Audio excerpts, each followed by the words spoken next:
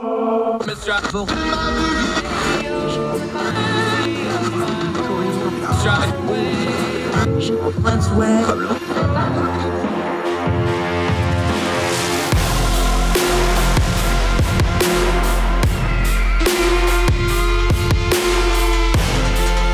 host, Andrew Donaldson. This is Heard Tell. Welcome back to Heard Tell. I'm so happy to be talking to my buddy Alex. We're going to practice the name in just a second. Muresianu?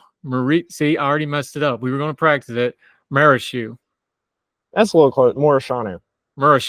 Okay. Alex Muresianu. He's at A Hard to Spell at Twitter. Get it?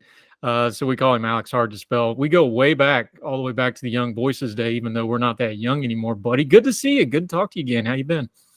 Doing well. Glad to be here. He does tax policy stuff, and that's where I wanted to start because we are kind of in what I call policy silly season of the election. You have silly season during the primaries where people are just throwing it.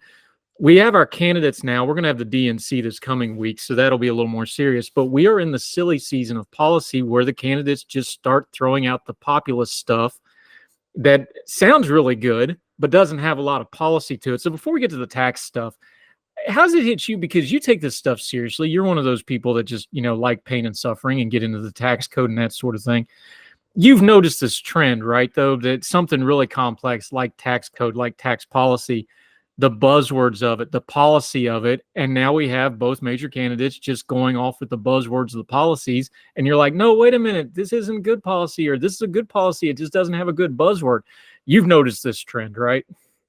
Yeah, and honestly, I think, at some level, this is a constant of politics that, politicians will say what sounds good or sounds appealing, but isn't really backed up by a more thorough evaluation of the issues. Pander to the lowest common denominator, whatever. That's constant. You expect that in politics. But I think in terms of how campaigns, approach tax policy, I think it has actually gotten worse.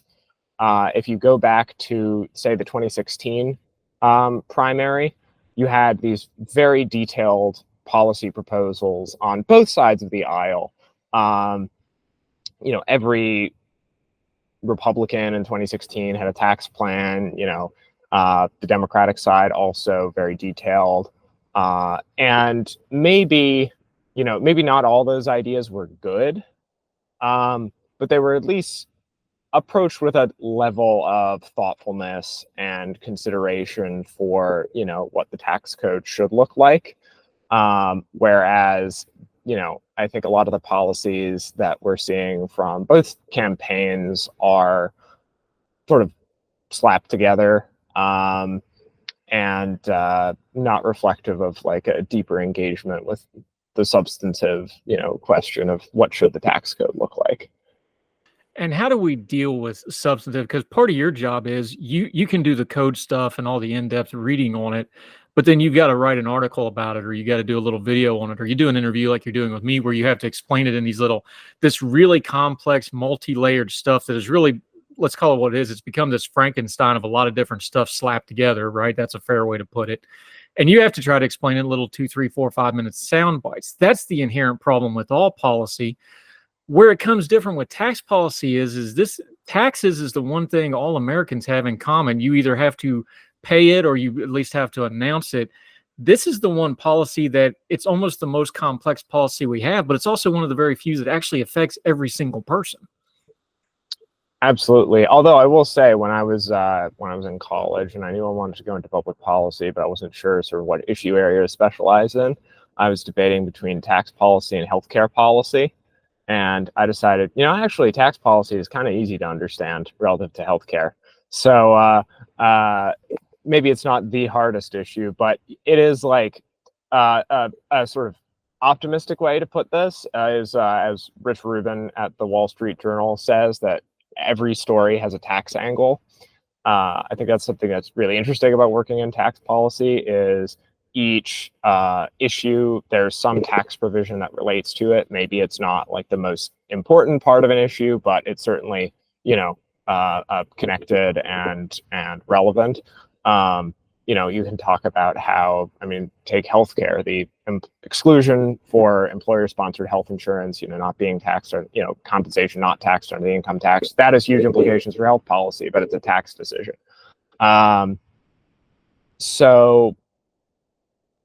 And I think on the subject of having to break down a sort of complex issue in sort of easy to understand sound bites, that is a challenge. I guess that's why I think at some level, like, that's my job. But it is always a balance of trying to make sure that you get the technical aspects correct, while also not, or like getting the technical aspects correct, and also getting it into a format that people can digest. And you don't want to water the explanation too far down to where you're actually, saying something that's substantively wrong. And I think it's a fun challenge, though. And it's important because, if you care about government and you care about the country, most people are familiar with the Bill of Rights. They know the First Amendment. The First Amendment has those 5 essential freedoms, right? Speech, religion, assembly, freedom of the press, redress of grievances. People know that. The thing about the Constitution is the prime role of Congress is really the power of the purse. It's representing the people. But it's representing the people's money, and taxation is the way that the people fund their government. So we talk about all this big stuff like national debt, or we're going to talk about infrastructure spending and all this. Taxation is really the most fundamental building block of a representative government, or even a dictatorship. That is, like, the people are going to pay for the government. We just don't talk enough about how that's really like the First Amendment of how the whole government's functioned, is tax policy, and yet we don't talk about it that way. Yeah, at some level, I think, I guess I'd think of it as half of government. You have a spending side and you have a tax side, and spending side is all kinds of stuff, from infrastructure, social programs, entitlements, military and defense. All these issues are just one half of the equation, and taxes are the whole other side. I think that's absolutely, like, no matter what form of government, you're going to need to raise revenue one way or another, probably through taxes, unless you are a very weird, like, petro state, maybe. I absolutely agree. Yeah, we could be a petro state, but that's another argument for another day.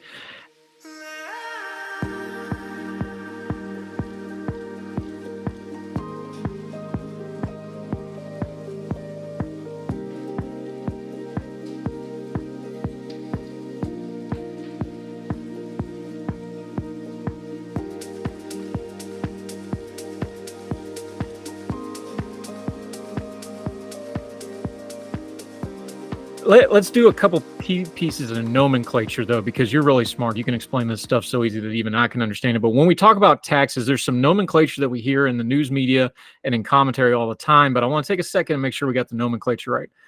So when somebody says a term like tax cut, well, everybody just thinks like, oh, that's paying less taxes. Practically, though, that could mean a lot of different things. That could be moving piles of money from one source of revenue to another. That could be just rewriting a piece of the tax code so that it's a regulation instead of a tax. We've seen that because that gets fought out in the court system. Something like a term like a tax cut, because we're going to be talking about that because it's election year. So it'll be raise taxes, tax cut. You're going to hear that dynamic. How should we approach when we hear the term tax cut? Give us a good definition of that as a news consumer. That's a good question. I would say definition of a tax cut, I guess an important question is whether we're talking about an individual policy or a package.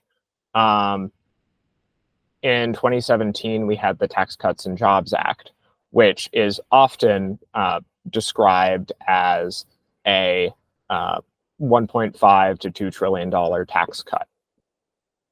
But it was not just, we're going to cut rates, we're going to cut tax rates, and we're going to introduce some new tax credits. It was a combination of tax cuts and tax increases that, when added up together, amounted to a net tax cut of between $1.5 and $2 trillion.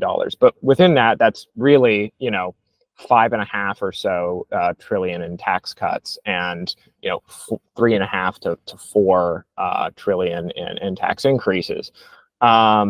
It's a reform that results in a net tax cut, whereas other policies might just be a sort of standalone. You might just be talking about something as a standalone thing, just increasing the child tax credit, like that would be a tax cut.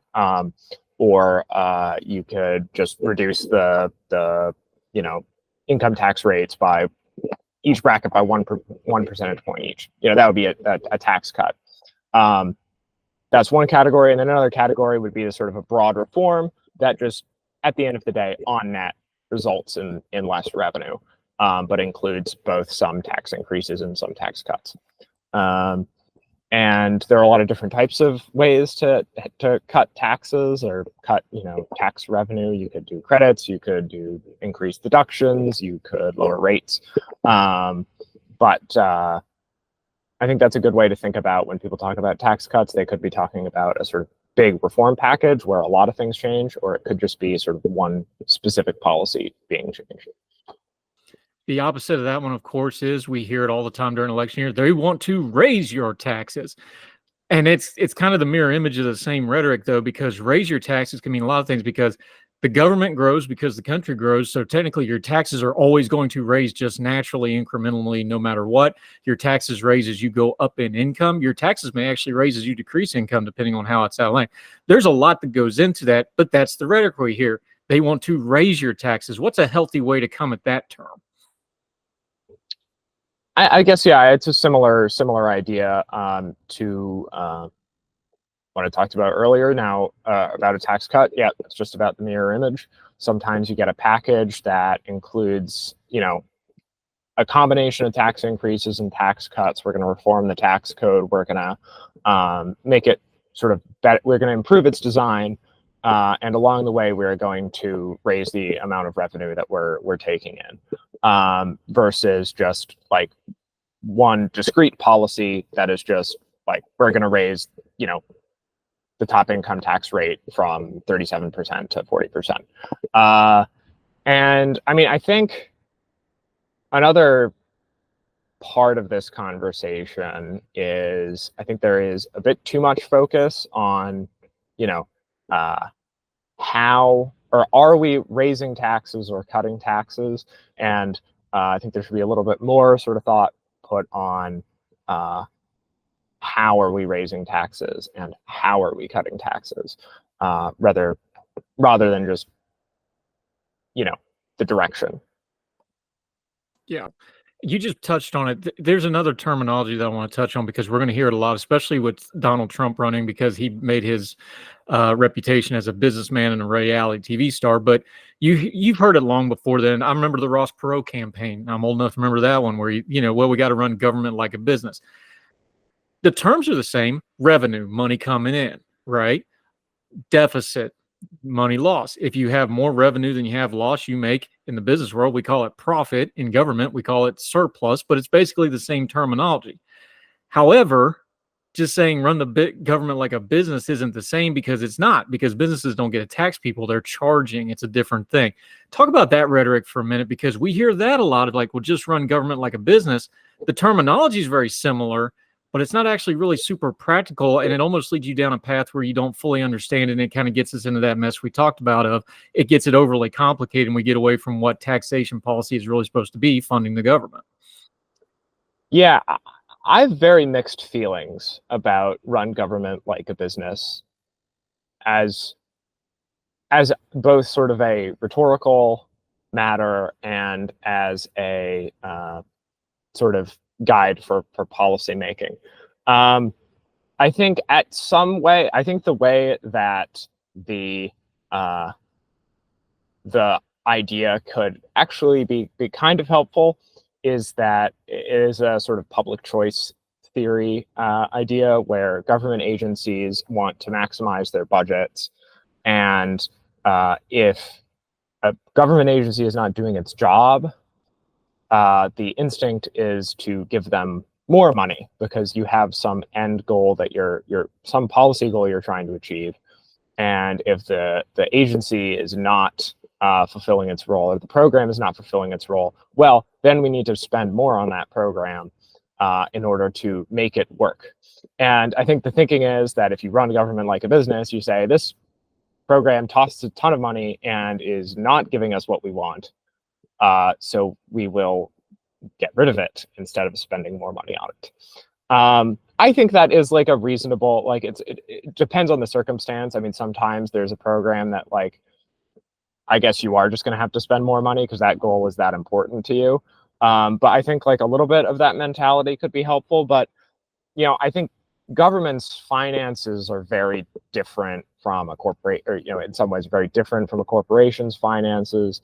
I guess the difference between a government and a company is that, like you said, you know, businesses, revenue, those are voluntary payments made to them by customers, and governments have a monopoly on the use of force. They have to, you know, you have to pay them. And so I think that is like one of the ways in which I don't think it's a great analogy for how to think about running government and raising money. That being said, I think there is a certain like businessman, maybe like a business person has like a little bit better of an understanding of how companies make business decisions. And so maybe that influences their thinking on how to design the tax code, because they do consider, you know, the behavior, you know, they have a better understanding of how businesses respond to incentives. Now, that maybe might be true, you know, but I don't think that like the businesses and government are like strictly transferable in terms of how they operate.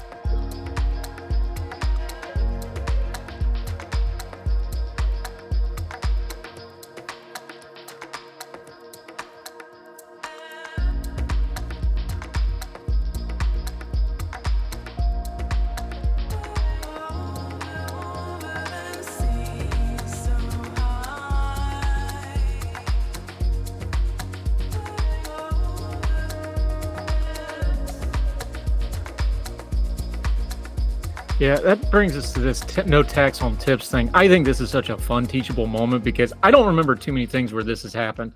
So we have the two major party candidates agreeing on something, which that's odd enough on it is. So there's bipartisan agreement between them. There's some bipartisan agreement in Congress, especially the U.S. Senate. Ted Cruz and a couple others have a bill about this already, and Trump kind of glommed onto it. Trump saying this is his idea. This actually goes all the way back to 83. Reagan first proposed this in the tax codes back then. So this has a long history of talking about this. But there's also bipartisan agreement against it. I can't remember a thing where there's bipartisan amongst the politicians and the policy wonks who really fight about this stuff, who never agree on anything. They all agree it's a bad idea. What say you? Because it sounds really good. No tax on tips, which pay them in cash. They're not going to pay those taxes anyway. Shh, don't tell anybody. But the no tax on tips sounds good. But then you disagreed with it writing for Tax Foundation. American Prospect, who probably isn't going to publish you anytime soon, they agreed with you, although you two came to it from two different angles. You wound up at the same place. I don't remember an issue ever looking like this where there's so much bipartisan agreement and disagreement at the same time.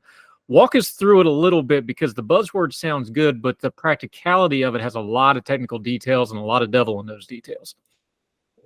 Yeah, I mean, as far as like why this issue has like been brought forward, because it wasn't was not on many people's radar, I think, in recent years. Trump comes out for this idea in Nevada. Nevada's got a lot of tipped workers. Nevada's a swing state. Kamala later then comes out for the idea. You don't need a slide rule to figure out like why both of them, I think, have come together on this issue in an election year where this might be a decisive state. But as far as like a policy matter, there's like the root justification. I mean, yes, I think some people will, of course, benefit from this policy. Somebody benefits from virtually any policy you enact. It's a very large country. But the idea that, you know, tipped income specifically shouldn't be taxed, and just about any other form of compensation should remain taxed, just isn't a policy problem or like policy view that I think has ever been articulated or held. And beyond that, though, there are a lot of, it's sort of an interesting question of what would the effects of this policy be by treating one set of labor income differently than another. I think that is like an interesting question, setting aside that, like, well, why are we trying to do this? I don't see a good reason for it, but if enacted, I think it would be interesting, but still not a good idea. It's interesting the last part you said, because I think it gets to the core of when you hear something like no tax on tips or any kind of a tax policy, buzzword that somebody's proposing, it gets to what you just said is, how do you treat labor and how are you going to tax labor? There's almost this thing, and there's been a big debate about service workers, and it always swerves into minimum wage and that sort of thing. But I think that's almost one side of the issue. And the other side of the issue is, why do we have this conversation? And tax policy goes directly to this. Service workers that are tipped, now all of a sudden you're saying, well, they need to be compensated in a certain way that other people aren't. And then you get into the debate of, well, who should be compensated in that same way? That's one of those little intricacies that you look at that the buzzword doesn't look at as like, oh, well, it's just a natural habit for a normal person to have a waiter or somebody at the hotel or whatever the case may be, your Uber driver or whatever, and you tip them a little bit, or somebody carries something to your car and you tip them. That's a natural human behavior that's part of our culture. But if you put that into the tax code, it's not a human nature thing. It's a black and white legality that has to be very, very, very specific. And now you're into things like big words that you use when you sit in your tank and think and do that sort of thing, incentivizing and those sorts of things. That's the disconnect between the rhetoric and you're saying, oh, well, of course we want these people to make more money, but it's also how they make more money is how you're treating them as a part of labor and as people individually also. Yeah, and I think there are a lot of questions again, because this idea hasn't been.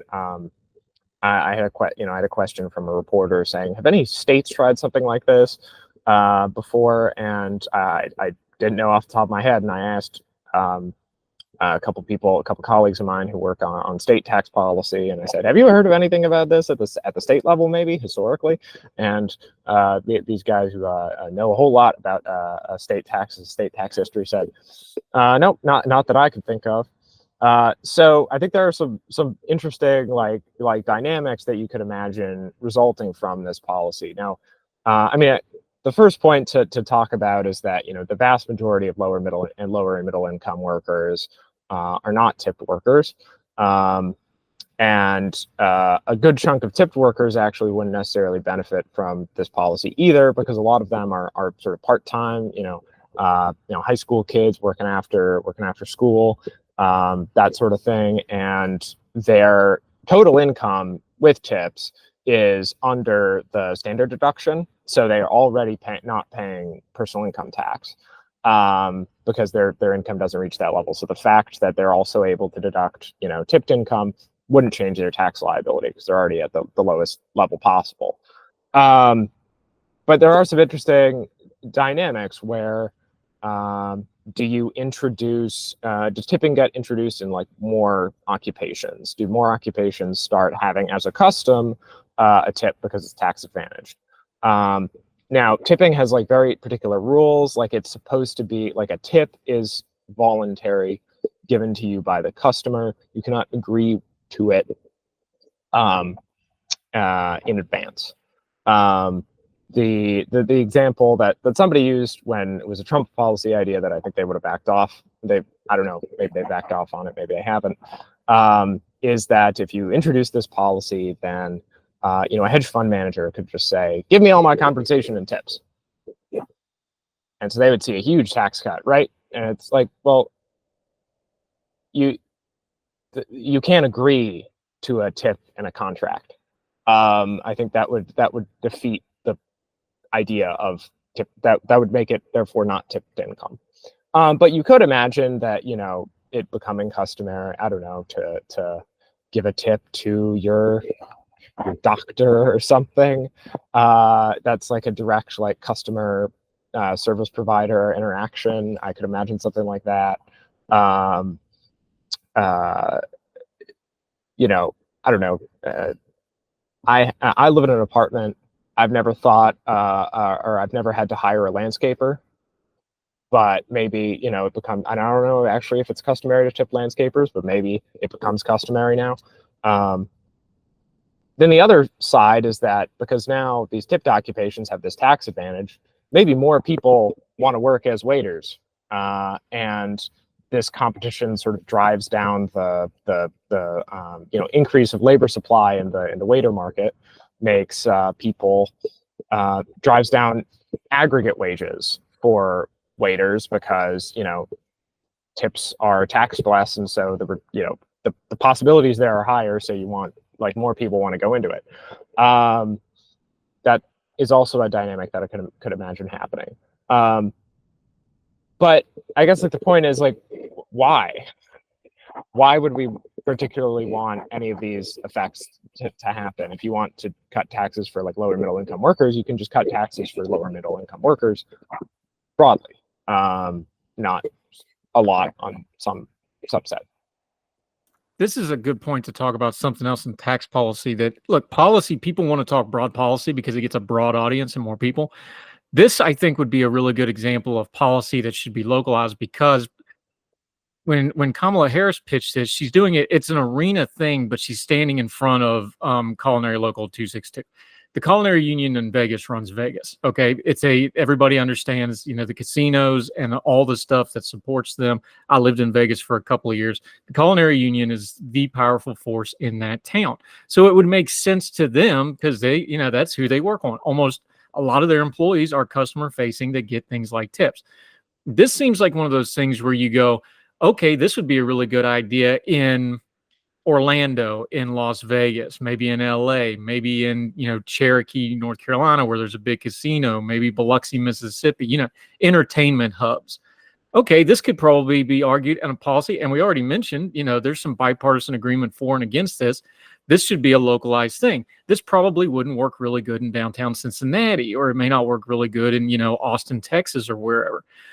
Do we not talk enough about like, hey, some tax policy probably should just be more on the local and state level and quit trying to scale absolutely everything to national? Now, to be fair to both candidates, they're scaling everything national because they're trying to get elected president. So I understand why they discuss it that way.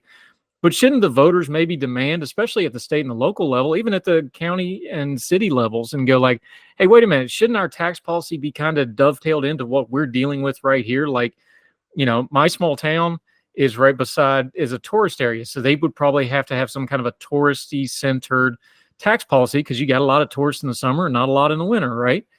Go down the road to Fayetteville, West Virginia, huge new national park. Having a national park park itself right beside you and take over your money-making venture, that changes your tax policy and revenue. I know because I write for the paper there, right? Stuff like that. Do we not talk about that enough? Is that something voters, just average people, should be like, wait a minute, let's talk about local tax policy more than the national tax policy, because one, we can affect it a lot easier, and two, it's actually going to affect us directly.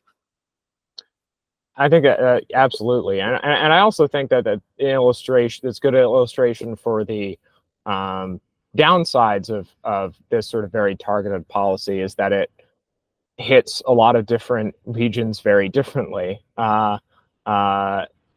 It provides a big benefit to Las Vegas. Las Vegas would see, a pretty big share of the tax cut, I think. And Cincinnati or Oklahoma City, probably not as much.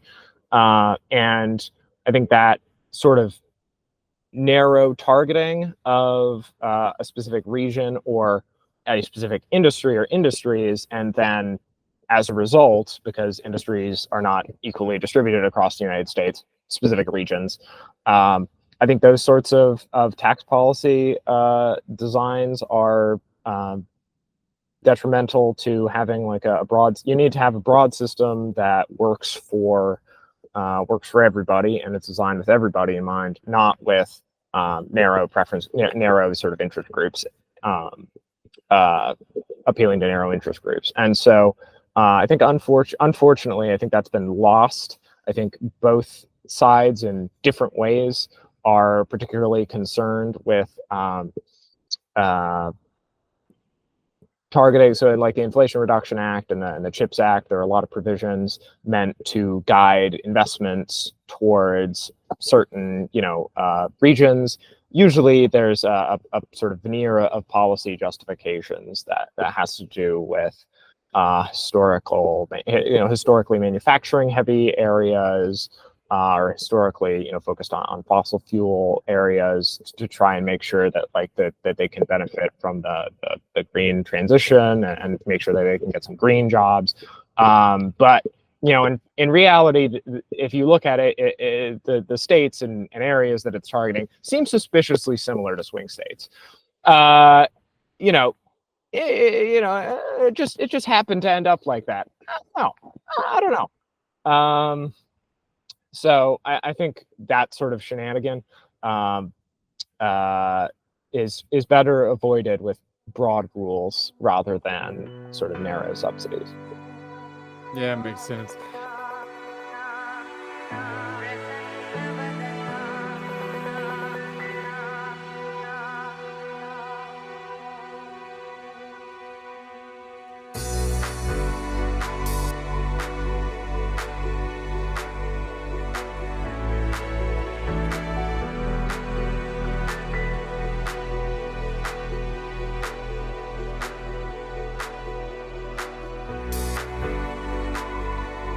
Let's talk about one way people do see their tax dollars a lot, because they put up big signs with it on it. I've got a new interstate spur going by the house out here, and there's a big old sign, part of the Inflation and Jobs Act, right? It's big old sign right on it, and it's not even fully opened yet.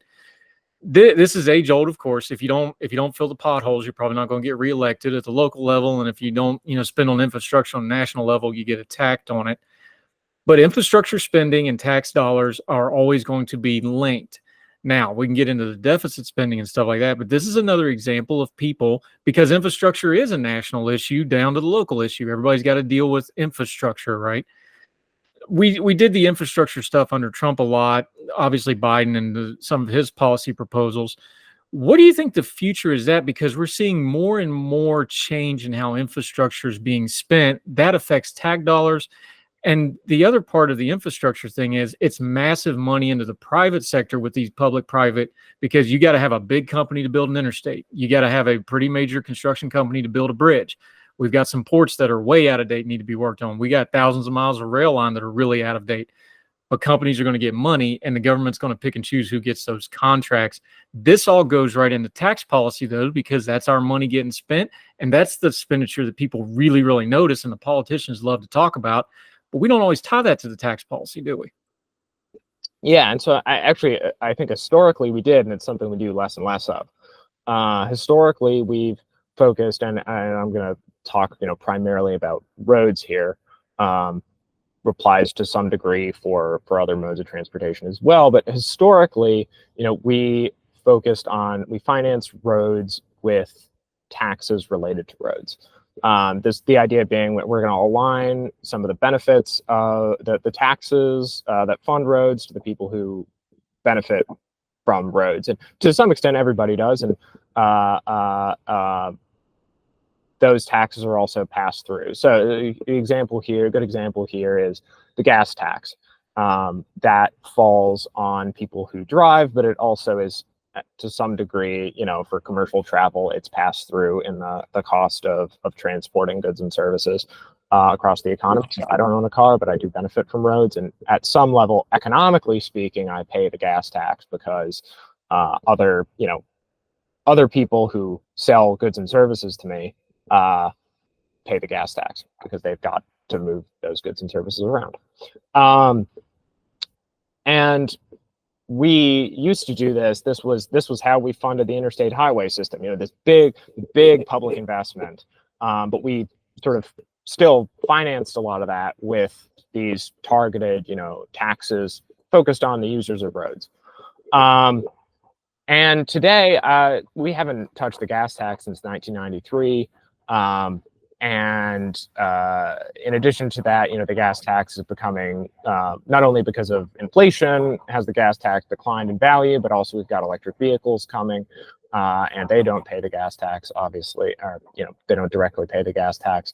And how we've just gone to, we're just going to spend more from general fund. We're just going to plow whatever revenue we get from income taxes, corporate income taxes, into infrastructure instead of focusing on these policies focused on users.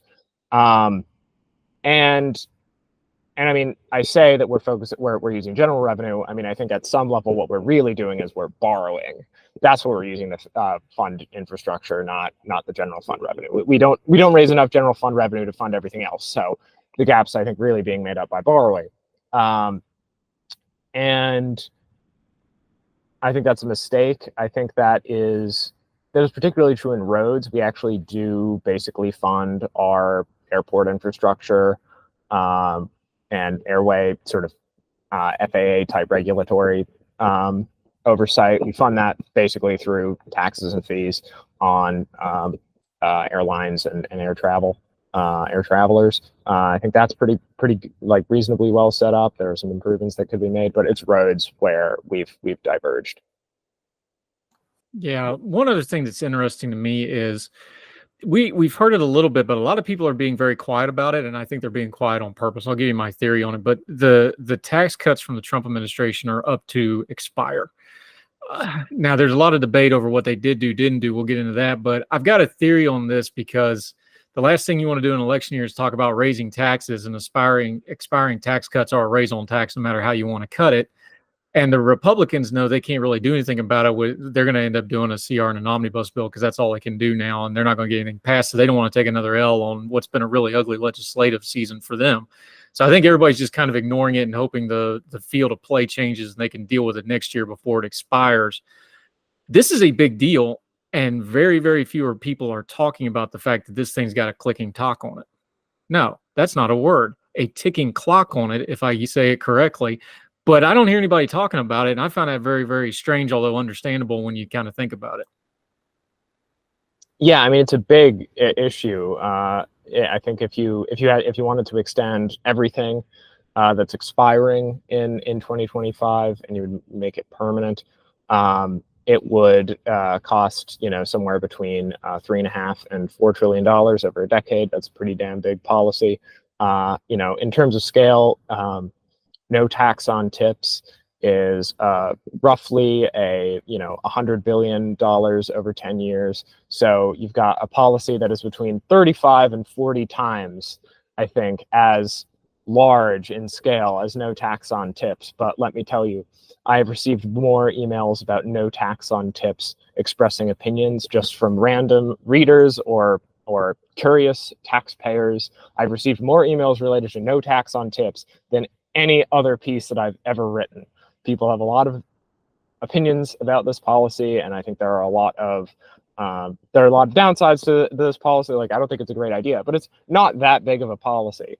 And I think it has absorbed a huge amount of attention relative to the tax expirations next year, which are massive.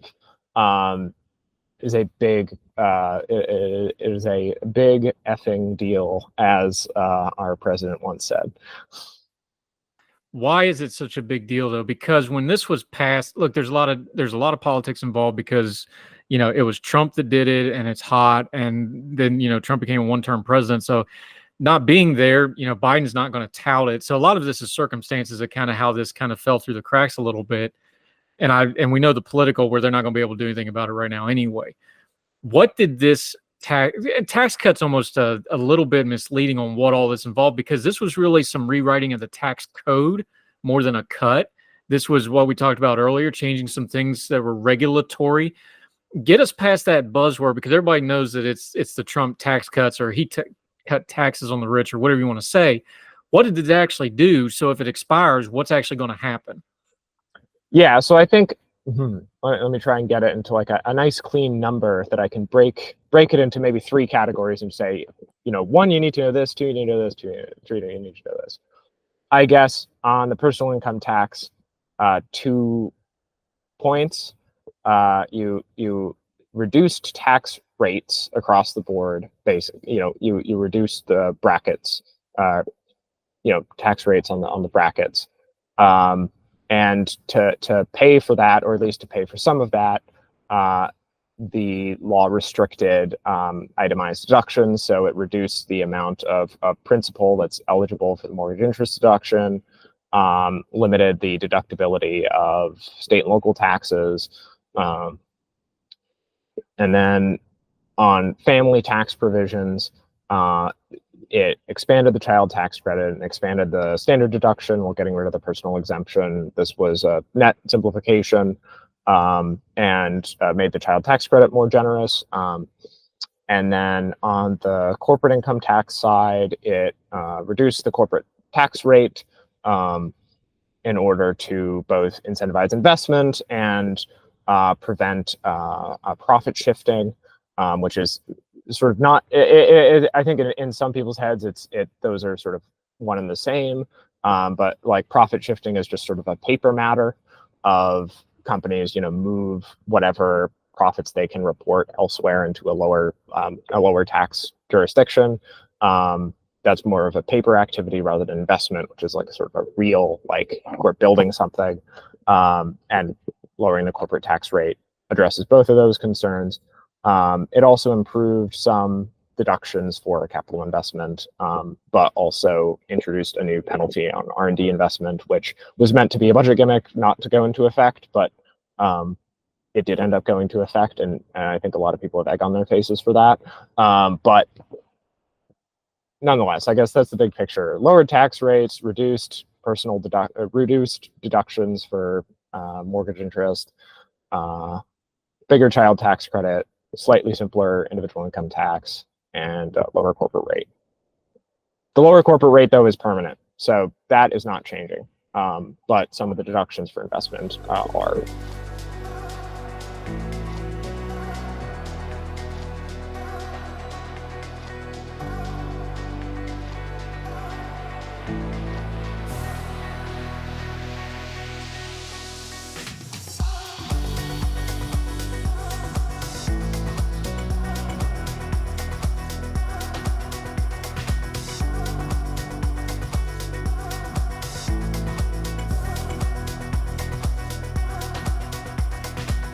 One more thing on this tax thing before we let you go, though, is the long-term view, because the other problem with taxes is people just want to pay them between January and April and never think about them again until the next January or April, right?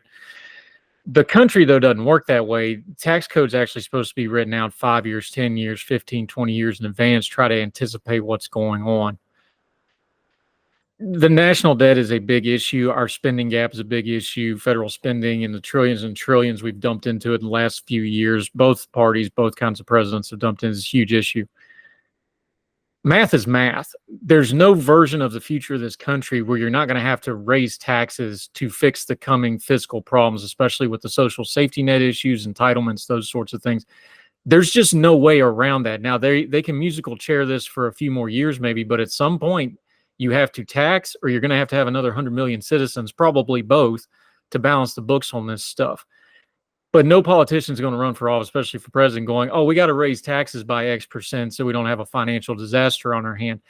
How can people start actually talking about that? And I know it's not fun. It's not sexy like people want to talk about. We'd rather do cat pictures and just yell at DC. But if we're going to start talking about an actual problem coming down the pike, and the fact that raised taxes is going to be hard on everybody, but it's going to be the inevitable goal if we don't change what we're doing, what's a good way to talk about that in plain language for folks on their social media, just in things, and then in the rare opportunity they get to talk to a legislator or a congressperson or a presidential candidate? I mean, I remember I was asked this question by somebody, guy who's like very, very concerned about the national debt, but he was asking me, like, how do we talk to people about this issue and to get them to sort of take it seriously as a political priority. And I think I said it at some extent, like, if I knew, I would be a very highly paid political consultant. If I really knew. I mean, I think at some level, getting through that, it's not, do we make this hard policy choice now? It's, do we make a slightly less difficult policy choice now, or do we face a really tough one in 10 years? With the Social Security Trust Fund, it's not necessarily my specialty, the details of Social Security, but I think the rule is, if the fund runs out, you have like an automatic benefit cut across the board that's pretty substantial. You could, if you get ahead of it, you can make a much more gentle change. You can protect, lower income people who really rely on Social Security. You could protect them if you get ahead of the issue. But if you don't, you keep kicking the can down the road until it's really too late. You've got this across the board cut staring you down. I think there's a similar story with taxes, albeit not with that sort of rule. But if you think about, if you're thoughtful and maybe you develop a more efficient, tax reform that does net raise revenue, but you do it in you get rid of some disincentives for investment along the way, so it doesn't hurt the economy too much. That is ultimately a net tax increase. You do that in advance, you're in a much better position. If you have to wait until the last minute, you're just going to be like, all right, we're just raising all the income taxes 10%, because that's what we got to do. And that's relatively straightforward, easy to understand. That's what we're going to do, because it's the S has hit the fan, and we need to raise money one way or another. I think if you get ahead of some of those topics, you can have a lot easier of a conversation than the really hard ones that you will have to have if we do get in trouble. Yep, and when you get in trouble, send lawyers, guns, and money. You almost had the whole lyric in your answer anyway, so I'll just go ahead and lay that out there. Look, this stuff's complicated, and I appreciate you talking us through it. Give folks one or two things to look for in this coming campaign, because they're going to talk about taxes, because they're politicians. They always talk about taxes. And they're going to talk about policies. Give folks one or two things to kind of put their radar up when they hear either one of the candidates, whether it's Vice President Harris, former President Trump, when they're talking about policy and financial policy and tax policy. What's a couple of the buzzwords that pop your antenna up like, okay, they're saying that, but I need to look into what they actually mean by what they're saying? Give folks one or two things to watch for and pick out of the news cycle as it continues to spin faster and faster. At least personally, what I try and think about when I read about policymakers' ideas, or I hear them talk, or I look at their website and their issues page, or even sort of more dramatically like a party platform, what I always try and figure out, and this is not like an exact science, is prioritization. I think that is what I'm most interested in when I look at trying to figure out what a politician would actually do in office. Politicians usually have a very long list of ideas for what they're going to do, and realistically, if you're a president and you do have a Congress that is of the same party, you have control of government, you probably get 1 to 2 big policy reforms, legislative packages. What are you going to use those 2 chips on? And it's not, usually they don't have, these are the 2 that I'm going to focus on, because they need to keep everybody on board. They say, I'm going to do all this on the environment. I'm going to do all this on, education and gun control and taxes and healthcare, all of these different ideas. But when it comes down to the process of legislating, like, they're going to pick a couple of priorities. And so I think that is, like, the most important thing to try and figure out is like where their priorities are. I don't know. I'm done trying to predict what's going on in Donald Trump's brain. He's a real unpredictable guy. But I think with Harris, I think something that is useful is looking back at what her priorities were when she ran for president in 2020 or in the 2020 primary, she was more focused on like she endorsed a bunch of different big tax increases. She wanted to raise the corporate rate back to 35%. She, I think, supported a financial transactions tax, a bunch of other things. But like the idea that was really like her core issue was just sort of a big middle class tax credit, which I didn't think was particularly well designed. I think, if you want to do tax relief, I'd rather reduce rates than have another, credit to the code. But like that was her distinguishing policy. Like everybody in that primary loved financial transactions taxes. Like I don't think that's a uniquely Kamala Harris idea, but the middle class tax credit, I think something like that is more where her priorities might lie. So that's something I've been thinking about. Yeah, trying to figure out priorities is, I think, just as or more important than a big picture, issue page or a platform. Yeah, I agree with you. And the first thing, and I want to end on this because this is right up your alley, is like, when is America, the populace and electorate, going to understand that when you say, I'm going to call for something that, and $4.95 will get you a caramel macchiato at Starbucks, it means absolutely nothing, because most of what they're proposing has to go through Congress, and we're probably going to have either a split Congress or raise or thin majorities, no matter which way this goes. That's one of those things that always puts my antenna up, is like a lot of what they're calling for in their policy platforms. We're getting ready to have the DNC. We had the RNC. Those platforms, almost all that stuff's actually Congress. Very little of that's executive. And yet we listen to them go and we're like, oh, they're for this, I'm going to vote for them to get that. You're not getting that. You're going to get that through Congress. At some point, maybe the electorate will grow up and do that. But that's one of the things that always kind of grabs me. How's it hit you? Yeah, I mean, I think I think people somewhat oversell exactly how much the HBO show Veep is the most accurate show about American politics. I think it's a little bit oversold, but I think it does get a lot of things right. And there's one line in Veep that I always think of when it's, convention season. At one point, Selena Meyer, the president, or well, vice president, says during the convention, it yells at her daughter, Catherine. She says, "It's the party platform, Catherine. It's a to-do list of things that we're not going to do." And so, I do think that there are some like changes year over year. If you notice like a substantial change in the party platform, that's like interesting. That the committees of people who are in charge of putting out this document decided to nix a certain section. That might be notable. But it's not really like a governing document. We're not a system like, I think, like the United Kingdom parliamentary system, where if you're in government, you can do what you want. I'm oversimplifying the United Kingdom's parliamentary system, but if you're in government, you can do what you want. Like, we don't have the same thing in the U.S. And even when you are in government and control all of the House, the Senate, and the presidency, you probably don't have that big of majorities in the Senate. So even then, you've got to appease some people.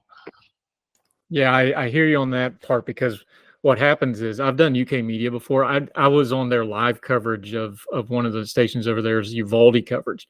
And I was just getting my head kicked in for 30 minutes on the Second Amendment, because I'm speaking a foreign language to them. They're like, well, just pass a gun law, because they're and so I'd have to walk them all the way through. I'm like, okay, you're used to the parliamentary system. So with very few exceptions, with a couple of things with the financial budgets, whatever the Parliament of the UK says goes. That's the law of the land. They don't have a written constitution. I was like, we have these constitutional amendments, so Congress can pass it all day long, and it'll get tied up in court for 5 to 6 years and probably get tore down. I was like, so you have to walk them through it, because it's literally speaking a foreign language to a parliamentary system of, well, why don't you just pass this law? It's like, because we have this layers and we have this, stuff. So it's a well-made point. Alex Muresianu, how'd I do on that one? I get that one? Pretty good. Yeah, we're getting there. people can grow. I've grown with you. We're both old young voices guys from way back when. Let folks know where they can keep up with you. It's been too long. We'll have you back soon. Appreciate the in-depth conversation on tax stuff, because I know we can geek out on this stuff. A lot of people don't, but I want to give people some stuff they can at least try to get their head around. Tell folks where they can follow you, what you got going on. You've got a couple of really good memes going on Twitter right now at A Hard to Spell. I like the Walmart Hospital one. I'm going to steal that one. Let folks know where they can keep up with you, my friend, till we talk to you again. Absolutely. Thanks for having me, Andrew. I can be found on Twitter at A Hard to Spell, and I guess also just go on taxfoundation.org. It's I write there and I publish work there, but it's also a lot of my my colleagues do as well, and there's a lot of excellent stuff there for you to read. So check those out. It's funny how it works too, because I bet you had no clue that no tax on tips was going to eat up your whole fall, did you? I did not. It's a funny I bit. did not. Alex Muresianu, appreciate the time, sir. We'll talk again real soon. Thanks you. All right. Thanks, Andrew. Yes, sir.